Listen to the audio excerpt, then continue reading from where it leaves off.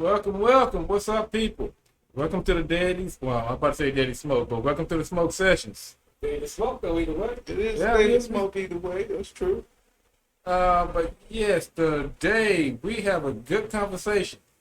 Um, Before we do the conversation, please check us out Monday through Friday. And if you have anything that you want to share with us, or help me out, John. Any episodes? Hit us on www.thedailysmoke.com. THA dailysmoke.com. And yes, we will appreciate any donations. But if you cannot do the donations, if you want to, that would be $TD Smoke.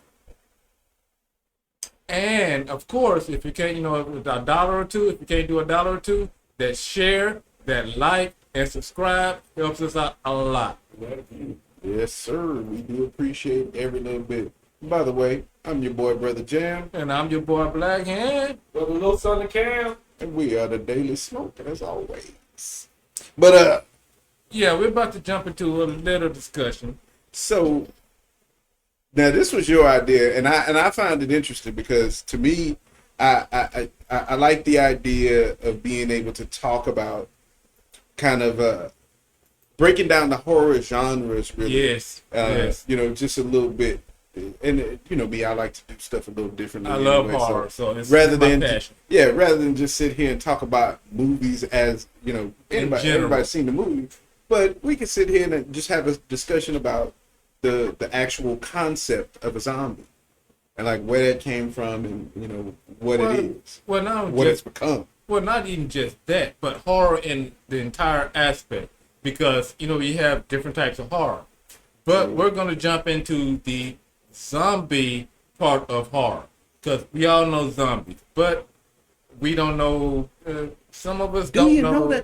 Do you know the history of the zombie? Yeah, we don't. A lot of us don't know the history of zombies.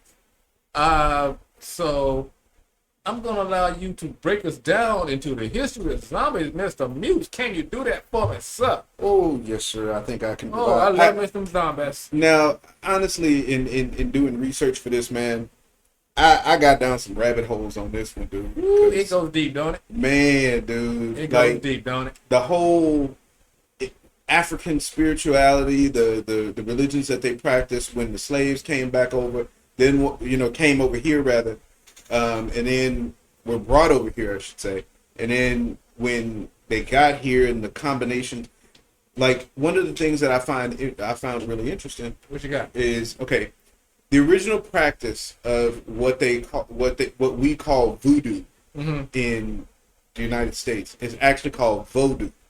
If Voodoo? you can go to number 2, Voodoo? and it's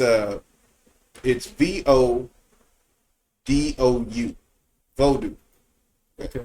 Voodoo is actually a bastardization of the word because, of course, when the stories about zombies and all that kind of stuff and African black magic and all of this Yeah. made its way over to the mainland from the islands, they of course mispronounced the word and it got turned into voodoo instead of voodoo. Yeah. Okay, but the basically it's a spiritual practice where you have a supreme being, a god, if you will, and this is also part and reason why voodoo fits so well over top of Catholicism, because you have this supreme being. I forgot the name that they call it, but if you're trying to make a direct comparison, this would be their god. But you don't pray necessarily directly to him unless it's for big things. But for all the other things, you have the Loa. Okay. Okay, and they're kind of analogous to the saints in Catholicism. So different Loa have different things that they like or things that they handle. One might be the Loa of life and fertility and all this kind of stuff. One might be the Loa of money and prosperity. So Almost like Egyptian or in that range. Well, Kinda. not full blown gods per se. but just that. More like saints. Yeah. Yeah, that's what I'm saying. They're more like saints. When I went to the voodoo thing, they had one that was saint. I forget his name. It'd be like shiny things. I left them with them. Right. And Okay. you see a lot of those shiny things on the altar there. That's what it was. And that's really what it is. And so like certain Loa have even preferences in they drink, preferences in type of offerings that they like. You know what I'm saying?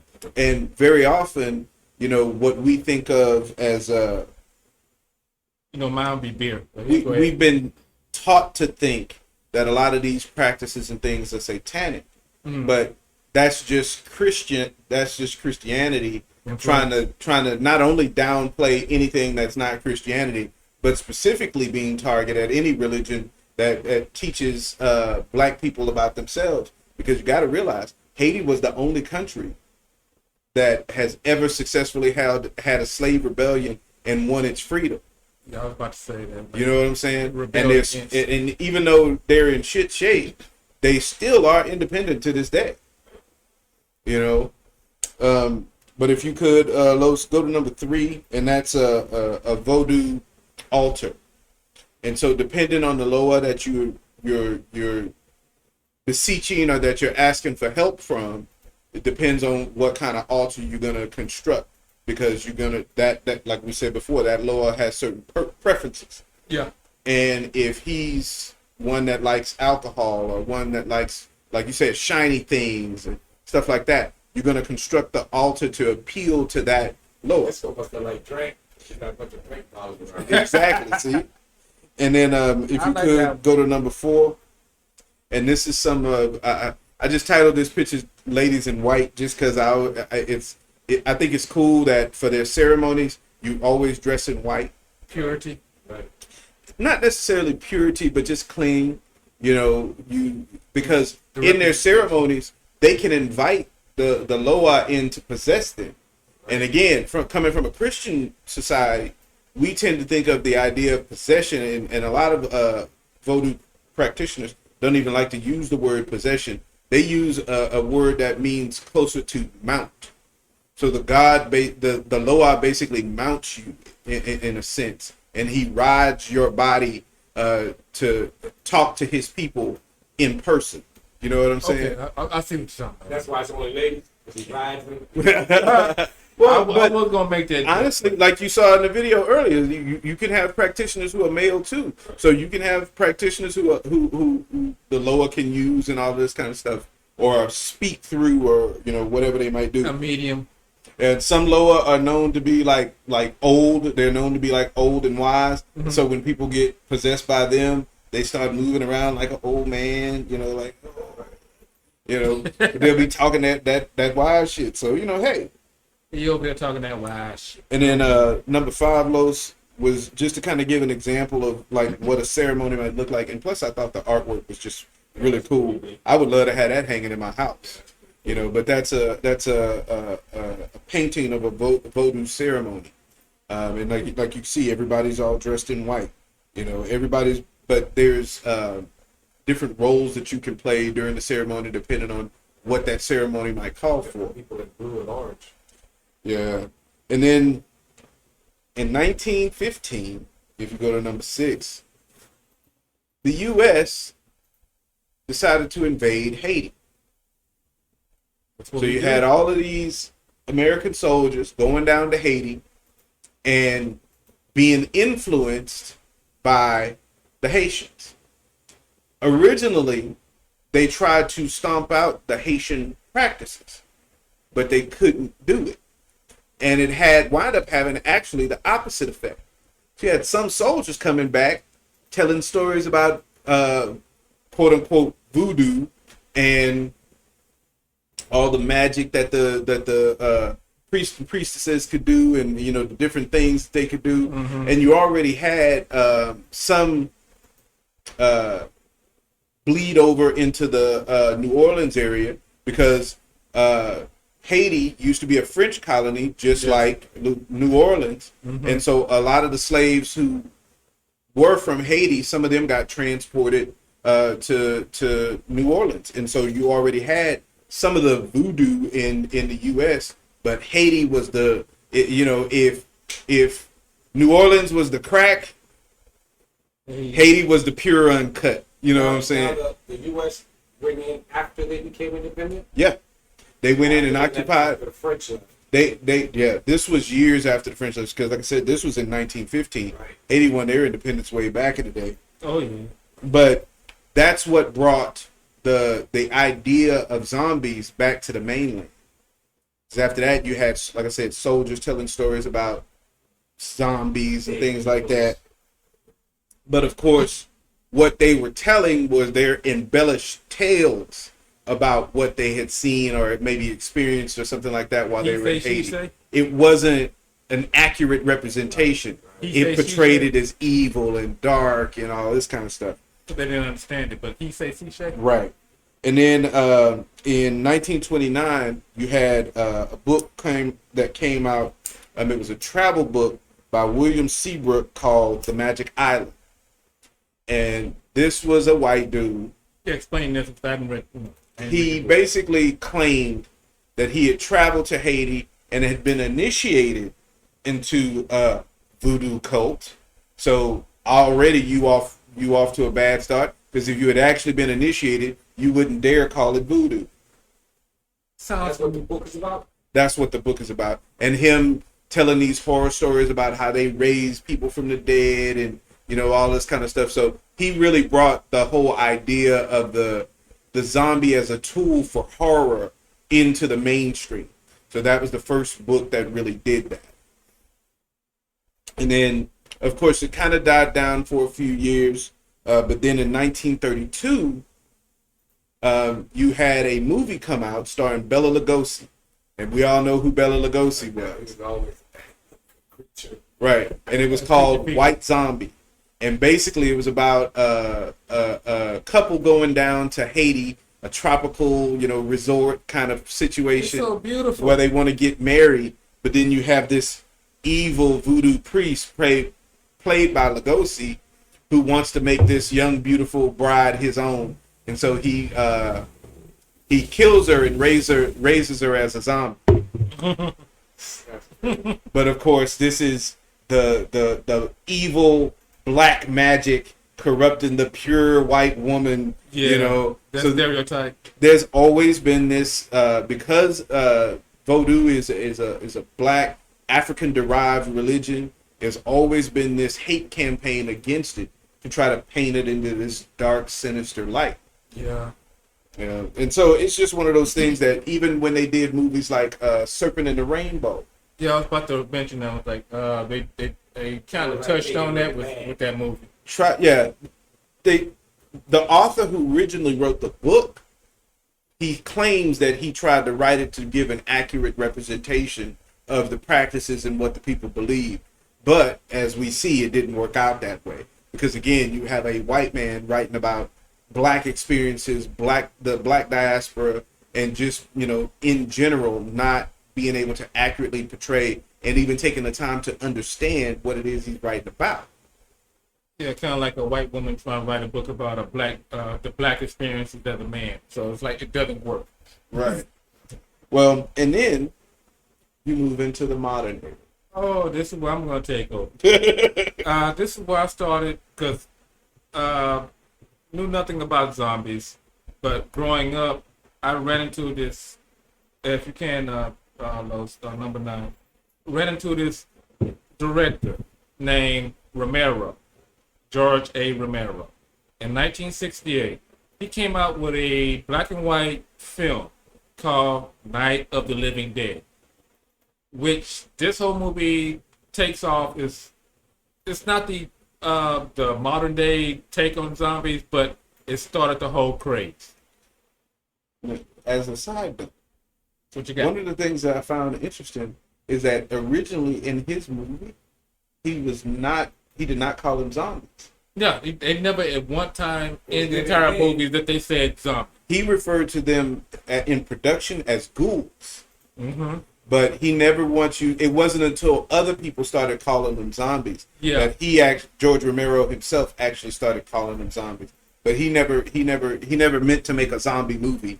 it just became that. Yeah, It's a little big cult thing now. That movie was filmed in Pittsburgh, so I know that every year they have Pittsburgh? at this theater. That they every year around the time it came out, they do a celebration. They did something like the 10th year, the 20th year. Yeah. So a lot of people come to town, and they go to that. They'll go to the area that the woods that they filmed it at, and all the different places and shit. See, that's pretty cool. cool. So it has a real big cult following. Well, it started the craze. So I like the movie poster for number 10 because this one I specifically searched for original movie poster. yeah, And when I found it, they won't stay dead. Yeah. I think they say that in the movie, don't they? well, the thing is, in the movie, it wasn't a virus or anything like that. It was Romero just explained it as a meteor came down, and the radiation from this meteor started bringing the dead to life. Okay, because it's been a while since I've seen that movie. It But is. so that was the reason they gave it was Yeah. radiation from a meteor. Yeah, that was it. That was Wow. and people just driving back in cemetery. Just the dead were coming to life. That was the explanation. Was this Z radiation? Right? I don't know, but that was the explanation. Okay. But the thing is, I love this movie because they actually, if you can go to number 11 from Mr. Lowe's, this, I like Romero. You have the main character being a black dude called Ben, And what year did this come out? 68, That's something. Right. 1968. And do you believe that he actually has said that he didn't cast him to be racial, or None of that. to portray any kind of like racial motivations or make any kind of racial commentary? He said he just found a dude who did the best audition, Right. and it just so happened to be this young black dude. Right. And think about, in those times where the white people gone to see this movie because it was a black movie. Yeah. Not only But that, then Sidney Poitier had already been in with, coming to dinner and all that shit. but not only that though, Los, you have to realize too, throughout the movie there is not a single black zombie. None. The whole time he's killing people, he's killing white folks. Oh, yeah. Right? He's killing white folks throughout the whole movie. He's talking authoritatively to white folks because he's telling them what to do for the ones he's trying to save. So Yeah, this movie, even though he didn't mean it that way, it turned out to be like a real like political statement. For Yeah, black it's- people anyways, it's like, yeah. look at this, hey, we got a black guy. Wow. What white people want to do? But if you can go to number 12 for me, Mr. Lowe's. The movie starts off with a character, the chick named Barbara, and her brother, the chick Barbara, and they're going to basically just going to see one of their parents or what? Not parents. Forgot, yeah. I forgot. Where they're just visiting a grave, and the entire they drive up. And the brother is taunting Barbara the entire time because she's skittish, the quote unquote skittish white girl, white chick. She was truly a defenseless white woman in that Yeah. movie. And, Jesus. And this is why I loved it because as he's taunting her, he makes the classic line, "They're coming to get you, Barbara." Oh, they're coming to get you. And he's just freaking her out the entire time. Oh Lord. And as they're going to this grave site, you see this one shambling in the distance zombie. Well, at the time, they didn't know it was a zombie. So they're doing their thing, and he gets closer and closer. And he attacks Barbara. And of course, the brother being the brother, he tries to defend her. Getting him off, getting the zombie off of her. And he ends up hitting his head on a cornerstone, which pretty much kills him. Damn. And because of the quote unquote radiation, if you die, you're going to be reanimated. She's like, "Oh, Lord Jesus, oh, my brother dead, so let me run away." In the trope on trope, white girl running barely and falling all over herself. And finally makes it to the car hops in the car, and somehow is able to, I don't even know how she did it because she wasn't even in the driver's seat. Ends up getting to this little farmhouse where she meets Ben. Ben, being the black dude, only thing he wanted to do was that he was just getting some gas and all hell's breaking loose. He's seeing zombies, but he's trying to get away from them. And the two end up meeting in this old, I wouldn't say old, this abandoned house. Mm-hmm. And this how these two hook up. But she's so defenseless that Ben is like, hey, wake the hell up. You know, we got shit going on. Didn't he slap her at one point? Yes, several times. That's why I love the movie. Anyway. Wake up. I know he had to feel good. Hey. I mean, come on, 1968, you a black man, you getting to slap a white woman? And you the one in charge? But no, I like the way Romero did that because this is the old classic shuffling zombies, meaning you can walk past them and as long as you can push them out the way, that's how slow they are. But he actually ended up making a remake on that movie. And the remake is still, it was still the same as far as the plot line. But instead, Ben was still, the head honcho. But Barbara, the defensive white chick, became a badass. Oh yeah, I remember that. That was I forgot that actress's name, but she was the redhead. Yeah, I think it was like 70. Short hair or something. Yeah. 73, or like 78. Well, not 78. She became a badass. He said that was his apology to women for making the first one such a helpless like ditz. Yeah. But he literally said like, okay, I need to do something because that was just a bad way to portray a woman. You know what I mean? Just gotta make it tough. Right. So the second movie he made her super tough. If you go to number 14 for me, Mr. Los, Romero actually did another movie, which is called Dawn of the Dead. Dawn of the Dead is how can I explain Dawn of the Dead? It was a more modern take on the zombie apocalypse, where you had running zombies, which I kind of hate. That's just not fair, man. Fuck that. That's the same movie, just redone. Yeah. Well, it's like a part 2. Yeah, but yeah, there was 2 versions of the movie. I think the first one came out in like 78. Yeah, and then Zack Snyder did the remake of the newest Dawn of the Dead. Zack Snyder did that. And you remember what year that came out? Oh, I think that was like 90. I don't have the. It was all the way in the 90s. Because I think I remember that coming out. I think I remember seeing that in the movie theater. Well, I'm sorry, 2003. It's in its 2000. It's early 2000. I don't have my notes with me, folks. But the Dawn of the Dead, I like because the way they portrayed the zombies, rather than just a meteor falling out the sky, it was portrayed as hell is full. So you have the cup running over type of feel, meaning hell is full. So if you die, you just hell. Yeah, basically. But so that means for it to be really a threat, though, that means the majority of people was going to hell. Well, if you think about it today, In other words, if you're a zombie, people are going to go to hell. But the thing I liked about Dawn of the Dead is that it took place in a mall. Yes, the mall scene. That was. I remember that. Yes. Yeah. That was the one that took place in the mall, and so it's like you had them. It was like all this commentary on like capitalism and consumerism and all that kind of stuff. All thrown in one. All just thrown in there on top of that, because people returned to the mall because it was important to them when they were alive. Right. I very often call malls temples to capitalism. They brought us all in there.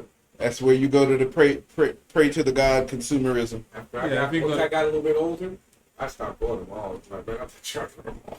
First, I ain't had no money to be shopped. Right. And But if secondly, I'm already married. I don't need to go find myself. And that's really all the malls, at least for me, that's all the malls are good for. Well, if you think about it, if in the middle of a zombie apocalypse, you got running zombies, and where are you gonna go? To the mall. Would you? Honestly, No. I'd go to a stadium. Why? That's so much open space. And But- you can't defend. From But that shit. it's not easy to get into. You got to realize no straight doorways with a mall. All the entrances are you could just walk straight up to them, but you block can't. them off. Well, somehow. But think But about a it stadium. because you can break windows, you can get in like that. But with a stadium, you don't have no outside windows. You got high walls. But you also have multiple entrances. Entrance. I would go, also. I said I would go to a prison. That actually might work, but What if all the damn prisoners turn into zombies? you have to clear it out. You clear it out. Right? Let them all loose. They did that in the walk. Go fight them guys. You want freedom? Go fight them guys. They did that in The Walking Dead, and they had a good spot until some assholes like screw that, we want it, and that's a whole nother can of books. But anyway, if you go number 16 for me, Lost. 15. 16. You introduced to the main characters in the remake of Dawn of the Dead by Zack Snyder. Now, once again, you have this black dude who was a police officer. Actually, he took care of business. Bing rings. So he kept them together. Then you also have the quote unquote white chick, where she was a nurse, where she had some problems. I don't have the picture, but if she had some problems going into this. She just got off her shift. She went home to her husband. They just chatting in bed, whatever. And they they kind of fall asleep. And then you have a child, maybe 8, 9, maybe 10-year-old child that walks, that kind of just walks into the room. And they're like, they wake up and like, I guess it was like a neighbor's child. And they was like, hey, what's up, boo? You good? And then when she walks into the light, you see that half her face is bitten off. Now, being the chick, the nurse, and her husband, oh, Lord Jesus, we got to help her. So as she's on the phone with 911, he's trying to comfort her. And, of course, she takes a big old bite out the husband's neck. And he's bleeding out. She's like, what the hell? And then the child is trying to attack her. I remember that. And she ends up kicking her out the door and closing the door. She goes to her husband to try to tend to him. Jump back. And he's bleeding out, but he, of course, with the blood loss, he ends up dying. The moment he ends up dying, he turns on her. And she had to basically get the hell out that house. And when she does, she hops in her car, husband right behind her. She's taking off. She's seeing that the entire neighborhood is just in chaos. Yeah. Complete chaos. And she tries to, just get the fuck out of there, and then she gets into a car accident where she wakes up, and this is when she meets the cop, the black cop. And this is where those two are walking together, and then they meet the other part of the crew. And because pretty much the infection, once you die, you turn instant. That's it. It's no wait for a minute. No, once you die, you turn. So you die and then you get right back up. Yep. Zombie. So they end up going to the mall. Love the malls. Yeah. And that's where, and then also this is why I hate the fucking running zombies, because they don't get tired, they don't get sleepy, they don't get nothing. No, they haul ass after you. I was looking at that picture right. This brother is running. Yeah, That- number 17. Yeah, they that's just what I hauling say. ass. That's not fair, man. That's not fucking fair. No, you can't be undead and run. No. It's just no. What if it's an athlete you know? He's gonna run you down. If It's not even that. See, okay. even Here's that. my thing. Okay, here's my thing. If we got walking zombies, then I have a chance of survival. I might live through that. But if we got running zombies, I'm dead the first day. I gotta protect John, and I'm gonna get bit. So I'm like, God damn it, John, run. No, don't protect me. Don't protect me. Just fucking let me die. If them zombies is running, just go ahead and let me in die. a little bit. I'll be running too. I'm just gonna shoot you in the head that way you don't suffer. You know, whatever, man. I just know if the zombies fucking run, I'm gonna be dead in the first like 20 minutes of the zombie apocalypse. And you know what? Honestly, I'm good with that. But you're gonna wake up running. No, I'm not. I'm still gonna be walking. Well, no, baby, now you can run. He gonna be limping his ass off. That's what go. Yeah, see, but you'll be running. Lord, If they can run, they can. it's just not fucking fair. Zombies should not run. Fuck World Yeah. War Z. Fuck all of those. I like the other ones that just slowly. You Right. Can go. You can just walk push fast, and they'll still gonna catch You you. can just throw, like the Romero, you can just throw some fire in their face and like, Dude. But no, that's good. I'm cool with that. When I saw 28 days later, I was like, oh hell no. Hell no. And they weren't technically zombies. Whatever the fuck they was. They were just mad. They'd have caught me in the first 5 minutes because I ain't running. That's just not finna happen. Like, all right, just turn I could probably make it down the street on a full sprint, but I'm gonna get tired. But So as many cigarettes as you smoke, your ass, you gonna be right there with me. I'm gonna make it jump. Run, Jim. Your legs gonna be mad at your lungs because your legs gonna be like, we could have ran, nigga. What you was holding us I'm like, back? John, run. Drop Give your lungs me a and second, run. John. Give me a second. Drop your lungs and run. You know. Oh, but no. The one good part I did like about this whole movie, which was creepy as fuck to me. That Was- nasty. Now, if I'm not gonna say the number right now, I'm just gonna set it up. One of the other characters it's another black dude, but he also had his pregnant wife with him, and she got bit early, so she was still living. She was still alive, but the infection was slowly getting to her. He, after hearing some things about how the zombie, how you turn, he wanted to protect his family. So he kind of isolated himself and his pregnant wife to an area of the mall what they had, like with the baby area, with the cribs and all that. And he was like, "Oh, I love you. We still gonna have this baby together." But he was prepared for his wife to turn, so he literally strapped her to a bed, waiting for her to turn. Once she turned, and because he didn't, of course, being his wife, he couldn't, bring it to himself to kill her. But he wanted to see the child being born. Now, if you can bring up numbers, right? What is it? 18. Now, this is what happens when a baby zombie is born. That shit was nasty, man. And it's horrific. That shit was nasty. Now, after the wife, changed, she was still trying to bite him as a zombie, blah, blah, blah, blah. Now, what got me in the belly of the, in her stomach, you can see the baby kind of clawing at her skin from the inside out.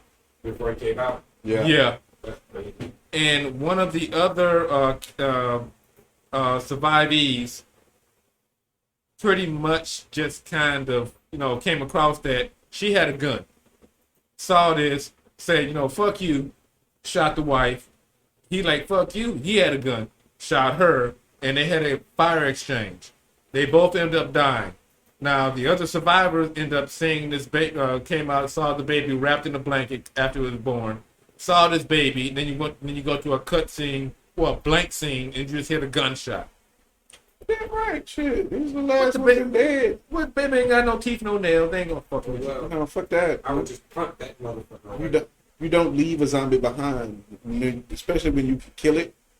No, He ain't walk. you kill it. I don't care. You're a zombie. It's like a cockroach. I seen you. I seen Now you. you have to die. I seen she's. I don't like she's. Got to die.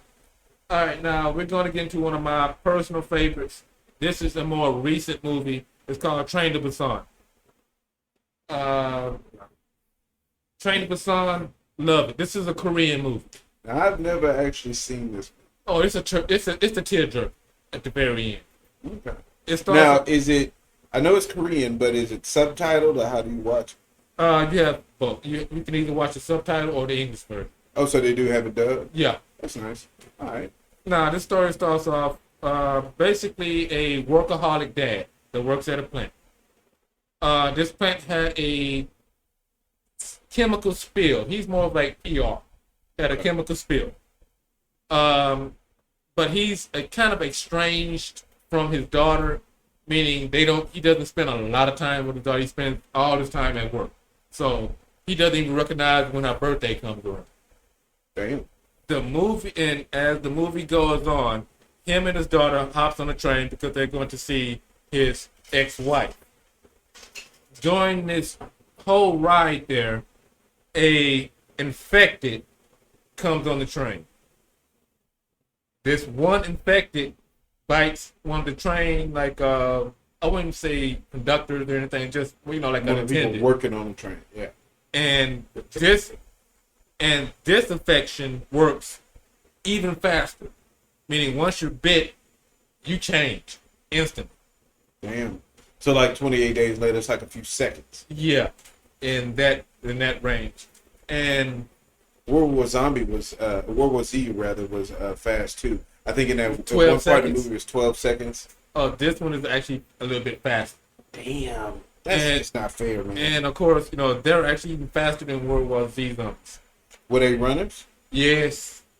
And mass runs, meaning they coming in mass. This is not right. Now, man. this whole Fuck film, that shit. of course, Train to Busan, this whole thing takes on the claustrophobic form being on a train with, just a lot of commuters. That's And fucked up.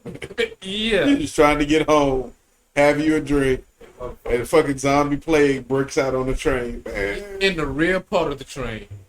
And the survivors are Half the pushing time you can't forward get out. and then trying to close doors to stop the others, but you still have people who are still alive trying to bang on the door like, let me in, but they're like, fuck you. It's, self-preservation. Noodles. And they didn't care. They did not care about children. And this one dude, really, he was the asshole in the entire movie. Okay. And he did not give. He was a businessman. Only thing he wanted to do was just go home and see his mom. So he gave no fucks about anybody else. That's all he wanted to do. So if you was like Los Running or John, I'm still alive. Open the door. No, fuck you. Die. That was his character. And the reason I like this movie, and I'm gonna wrap this up. The reason I like this movie because it was about the dad actually beginning to see his daughter, meaning he's been obsessed with work and all this, and then finding out his company is quote unquote responsible for this shit. He began to have remorse, and he began to care more and more about his daughter as far as her safety. Realize the value of her. Yeah. And then, if you can go to number 16 for me. Well, I'm sorry, not 16. Number 22 for me, Mr. Lowe's. There was another dude on there. I like to call him Big Daddy. Because Big Daddy also had a wife, but she was pregnant. So, of course, he's trying to protect his wife. But at the same time, he cared about everybody else that was living. Mm-hmm. So he protected the main character and his daughter. But at the end of that, he was a bad guy. I'm talking about he went to the train, he wrapped himself in shit and just I'm talking about fucking manhandling zombies just to protect everybody else. He was the dude. If I was to think of somebody like that, I would think of you, Mr. John, as far as size, like fuck Smash! this. John Smash for babies. I can't run from zombies. I could damn sure knock some of them down. And They don't bite. and if you Right, but if you put up some padding, and if you can just keep scrolling down from the pictures from there, Mr. Lowe's, and you have the next one, which is him and his pregnant wife going down, which was fucked up, going down the escalator because the train actually did stop. They managed to separate the zombies in the back part and got off the train because they were like, okay, the army is supposed to be camped out here. Right. Let's go there. They start them and all the rest of the passengers going down this escalator, and they saw at the bottom, they saw the army. No, the army got turned to zombies. So the moment the zombies saw them, they started rushing up the escalator. Oh. And they had to turn around and get back on the fucking train to get the fuck out of there. That's fucked Them up. zombies got guns. Oh I'm yeah. running too. And I'm gonna wrap this up with this. This is why I say it's a tearjerker, because at the very end, the dad is, after all said and done, train crashes, saving his daughter and everybody else he could save, but it was basically about him and his daughter. Big Daddy ended up dying, protecting everyone, and he was like, save my wife and my and my baby that I have not seen. Right. Just make sure that they survive. So they ended up getting on the train and the engine, and the asshole somehow survived, but he ended up getting bitten, and he was slowly turning. So he turned on the dad. Now you have the pregnant woman and the child protecting them, kind of holding themselves. You have the dad going against the asshole who finally turned to a zombie. The dad is fighting off this zombie. And in the last he almost stopped the train himself, trying to just take the zombie out with him, but he ended up getting bit on the hand. The moment he got bit, he knew, and his child and the other one, they're like, oh shit, you want to start turning. And he finally got rid of the asshole. Now, as you see, as he's, once he got bit, he's like, I can feel the shit is taking over. I'm about to turn. And his child is crying. I'm talking about just bawling out tears. Daddy, daddy, daddy, daddy. And he pushes her away. And he walks to the edge or the end of the train.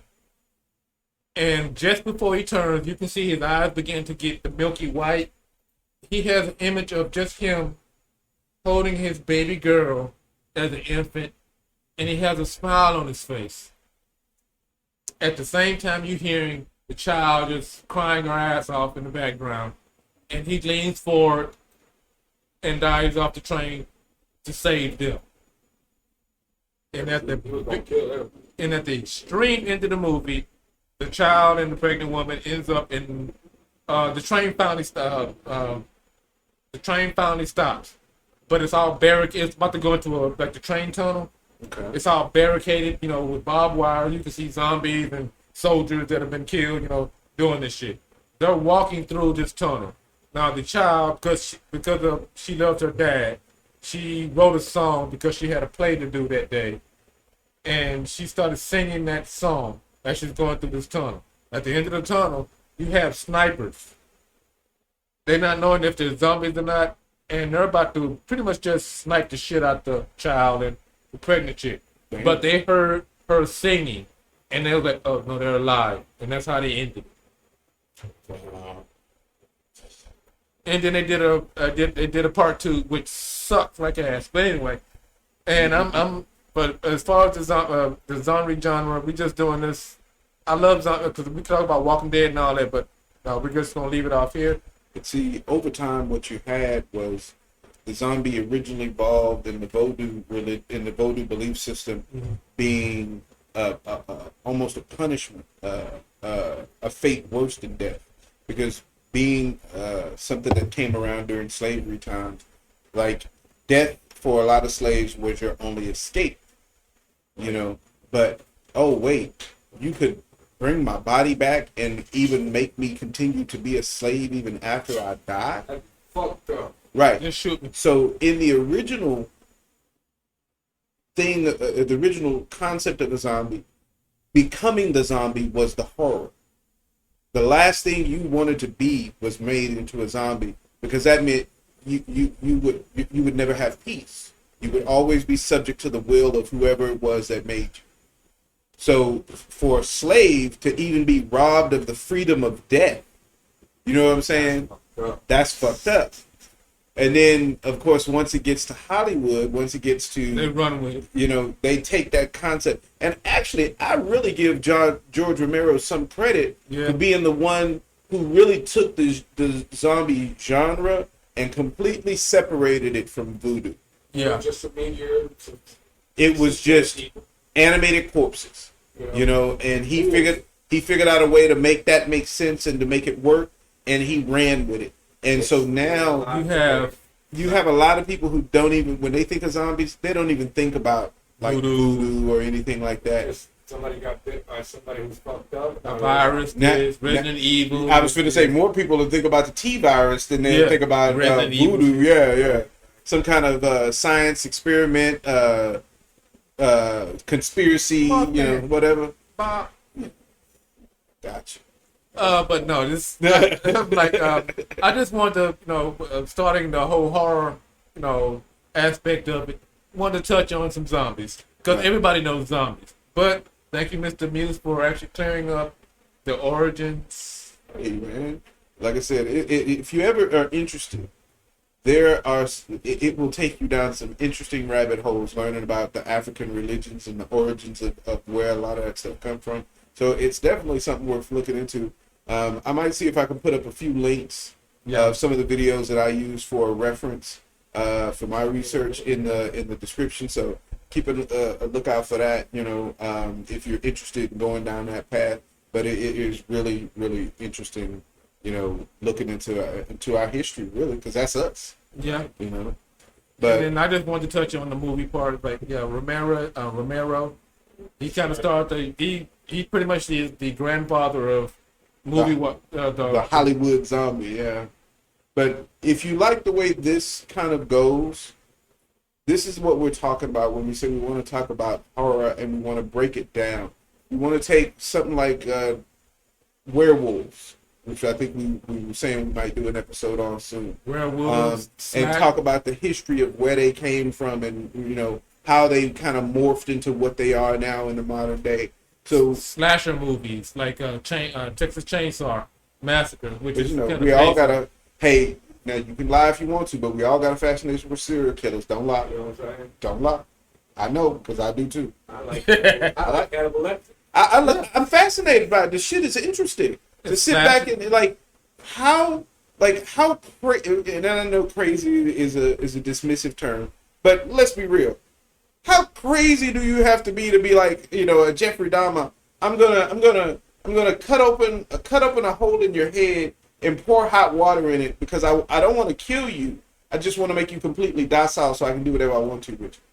He was trying to make zombies for real. Right. I heard that. I used to always think about that. Like I wouldn't mind sitting with one just to see what's in just to talk to him. Yeah. To see this because I just wanted to. Right. I mean, to see if I can make a zombie. You can watch these like documentaries and stuff about them, but I would love, of course, hopefully them still in chains of some kind. But I would love to have a conversation with a serial killer. Well, there's a show. I don't know if it was HBO or Netflix where it's two cops that go around talking to different serial killers. It was the beginning of the FBI profiling how to find out who would be a serial killer. Damn, I forgot the name of it. It's only one season of it, I think. But it's these two cops that go around different jails talking to these killers. They talk to Manson. They talk to a bunch of these other serial killers. So they're putting together a dossier about how to identify these people. Some common facts. Some of them are pretty weird. Well, because Manson never actually killed anyone, but he had his followers. But he's still considered he's considered he's considered a mass murderer. Yeah, but he never killed anyone. That's the thing. That's why a lot of people are like, he never really did kill anyone, but you made those people go kill him. And he's saying, I can't make nobody do shit. They did it on their own because of what you said. Well, that's all them. But he was in jail anyways for the rest of his life. Thank God. But either way, though, we could, I guess we could wrap up. Yeah, but the whole horror thing, yes, because we can't, do horror in general. So we're going to break it down in categories. If you have one you want to talk about from creature horror, from like aliens, the thing, vampires, werewolves, slashers. We're gonna try and cover a lot of different things. So hopefully y'all enjoy the conversation, and please give us some feedback. Let us know what you think. Check out the website www.thedailysmoke.com. That's THA dailysmoke.com. And you can also hit us up on our Cash App if you want to donate. You know, Dollar. dollar bills, y'all. $ TD Smoke. So if you want to chunk us a few dollars, we'll appreciate it. Hell, Bobby might even twerk for y'all if y'all give us enough money. So we could always have a hood twerkathon. I got my zombie Turk working for you. Now you say that, I'm gonna go check the Cash App is gonna be negative. We gonna owe money. Oh, shit. I'll do my zombie Turk for you. All right. But we're going to go ahead and wrap this up for y'all. Thank y'all, as always, for joining us on another smoke session. I'm your boy, Brother Jam. Boy, Black Hand. Brother Lil Sonic Cam. And we are the Daily Smoke. Thank you for joining us on the smoke session. As always, we love you. We are out. Peace. Peace. Free time.